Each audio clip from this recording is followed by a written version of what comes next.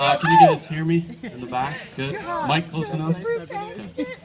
So first and foremost, my name's Dale. I'm the best man. Yeah.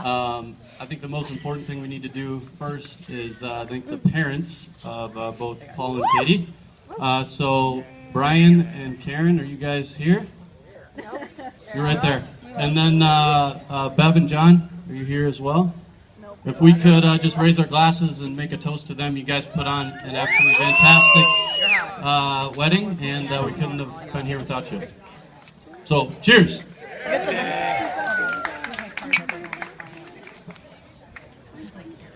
So,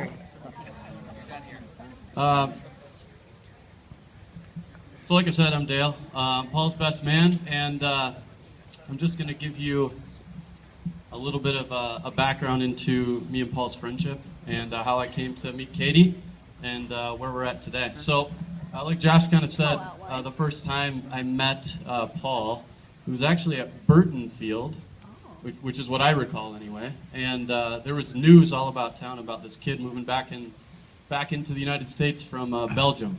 So my first thought was, wow, this guy's going to be a pretty good soccer player, and I felt a little bit threatening, not going to lie. But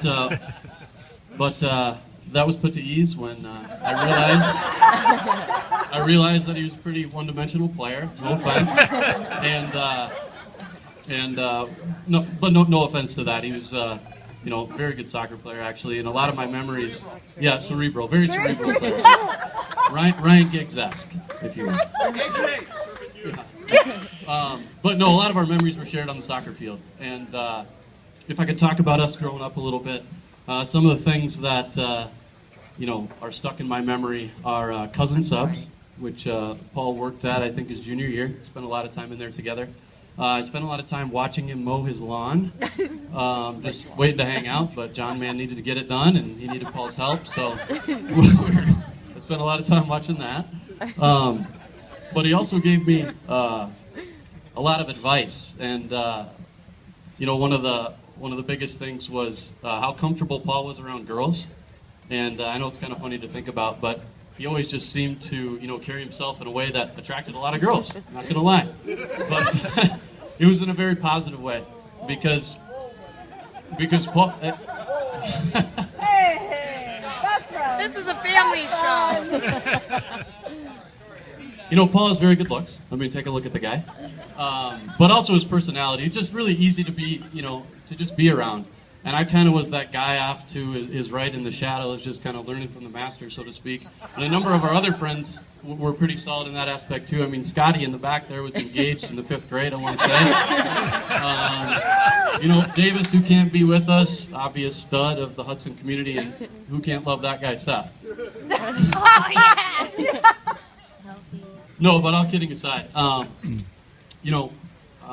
when I first, met Katie, it was actually, I want to say 2 years ago, came to Ann Arbor to, hang out with Paul. I was actually celebrating a birthday, I think, and just came out there to spend some time with you guys. And I hadn't met Katie yet, but I spent a lot of time listening to Paul kind of talk about Katie for probably hours on end. So I took the brunt of these conversations of, this is what Katie's like. She's this fantastic person. What do you think about this? And I haven't met her yet. I mean, you can keep talking to me as long as you want, but until that happens, I'm not going to know. But Paul's a very analytical guy, and he's a little bit anal, maybe, but I think that's a quality of him because that means he's doing the right thing and he makes good judgments.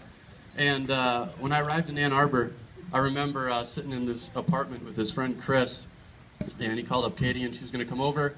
And I remember thinking specifically, okay, I got to think about this moment because I knew that I might have to recall it someday, like on a day like this. And I've met, some girlfriends of Paul's in the past, and I had never had that thought in my mind before. So I thought it was pretty special to think, okay, she's coming up these stairs right now, and I've got to, remember the smile on her face and remember that first kind of interaction that we had. And it was awesome. I mean, she walked up, she was full of life. We actually spent the entire day together without Paul, which is a bit odd. But if Brandon's here, is Brandon somewhere? We spent the day, me, Brandon, and Katie, we went to a Tigers game, and it was the Tigers. But after that day we spent together, it was clear to me that, I mean, Paul had a best friend. I mean, it was like I was hanging out with him almost. And I think that's a testament to, you know, how much of a match they are together. They're full of life, like I said. I mean, every time I hang out with Paul and Katie now, we haven't hung out a lot, but I'm hoping that's something we can do in the future. They're just open to life, and that's really important. And I just, you know, want to leave you with this final thing. Paul's responsible for introducing me to the two most important things in my life: Manchester United and my wife Kendra. And yes, in that order sometimes.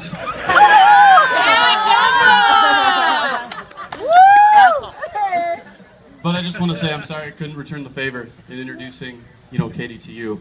But there's no doubt in my mind that whoever I would have, you know, chosen wouldn't have compared to the lovely wife that you have now. So raise your glasses and welcome to the best years of your life.